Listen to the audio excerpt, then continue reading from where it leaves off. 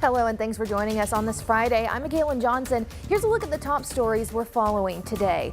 Now at noon, an assassination rocks Japan. Former Japanese Prime Minister Shinzo Abe has died after being shot during a campaign speech near Osaka.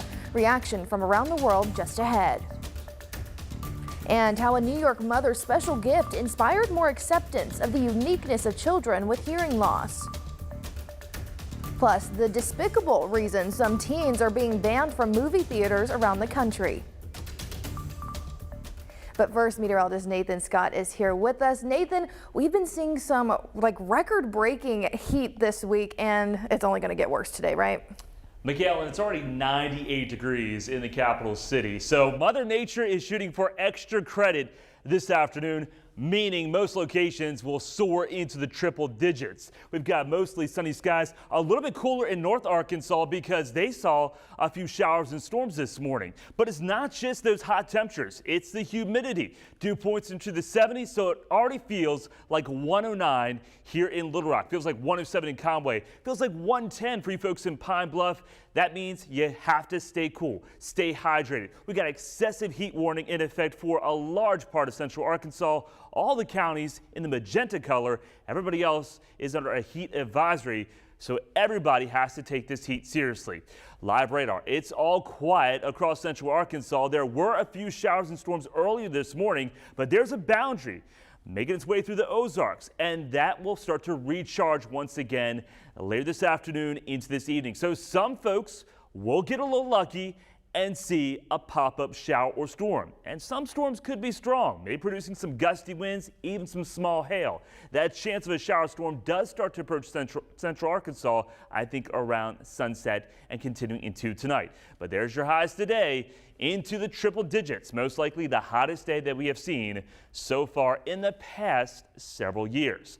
I am talking about a slight cool down coming up a little bit later. Thanks, Nathan. And with this extreme heat, first responders and paramedics are getting more heat-related emergency calls. The hot weather is brutal, and even a little time outdoors can be hard on our bodies, especially if you're not used to it.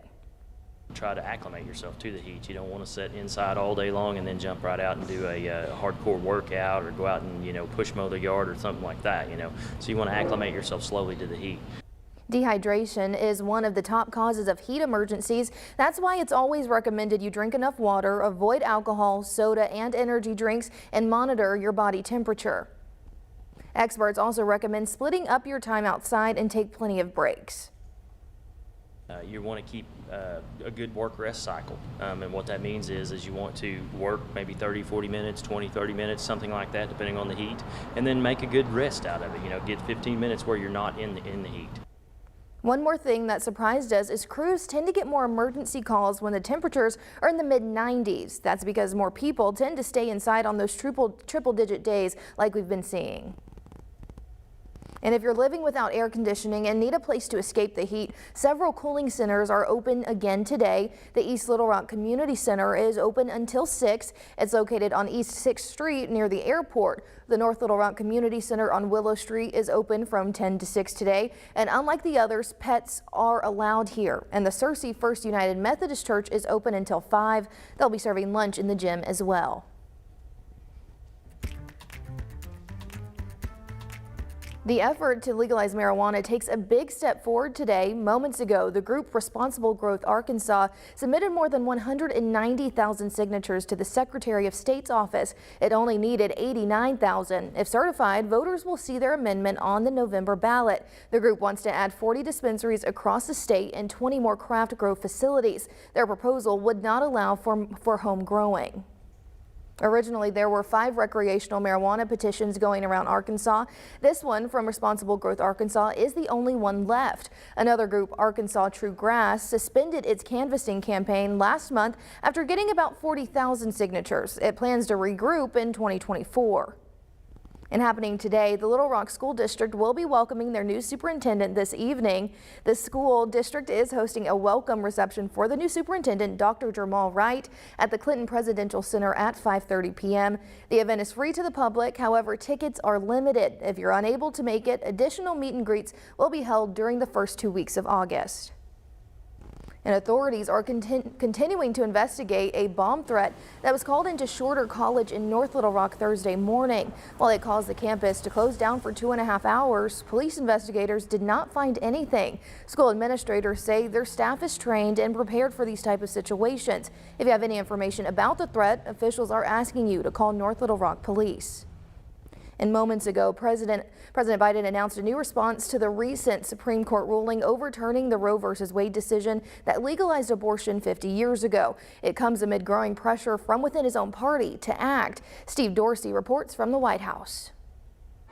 A day after most abortions in the state of Mississippi became illegal and the clinic at the center of the recent Supreme Court ruling is shutting down, President Biden took his first concrete steps to protect access to abortion. I'm asking the Justice Department that, much like they did in the civil rights era, to do everything in their power to protect these women seeking to invoke their rights. In an executive action, the president is directing Health and Human Services to protect access to abortion medication and to ensure emergency medical care for pregnant women and those experiencing pregnancy loss. The order also directs agencies to educate medical providers and insurers about how and when they are required to share privileged patient information with authorities. Information abortion rights advocates fear could be used to prosecute women who have the procedure. And the president is asking the Federal Trade Commission to take steps to protect the privacy of those seeking reproductive care online. The president has stressed there's only so much he can do to protect abortion rights without Congress. He says ultimately it's up to the legislative branch to take action and codify Roe v. Wade into federal law. The only way to fulfill and restore that right for women in this country is by voting. We need 2 additional pro-choice senators and a pro-choice House to codify Roe as federal law. Your vote can make that a reality. Since the court's ruling, at least 10 states have enacted a near total ban on abortion. Within months, the procedure could be illegal or severely restricted in almost half the states. Steve Dorsey, CBS News, the White House. The White House said it will also help coordinate free legal assistance to help women and providers navigate new state restrictions. And now to a THV11 update. The grieving community of Highland Park, Illinois plans the first memorial services today for victims of Monday's devastating attack on a July 4th parade that left 7 people dead and dozens wounded. On Thursday, FBI agents collected strollers, lawn chairs, and other items along the parade route and loaded them into a U-Haul. The gunman used an AR-15 style weapon in his attack. An assault weapons ban was left out of the bipartisan gun safety legislation President Biden signed last month. On Thursday, the White House said he remains determined to take action against them. The president believes that we need to ban assault weapons. This is something that he has talked about again for years. This is something that he wants to see happen. There are growing questions about whether the father of the accused 21-year-old gunman could be liable. He co-signed his son's gun application and reportedly insists he did nothing wrong.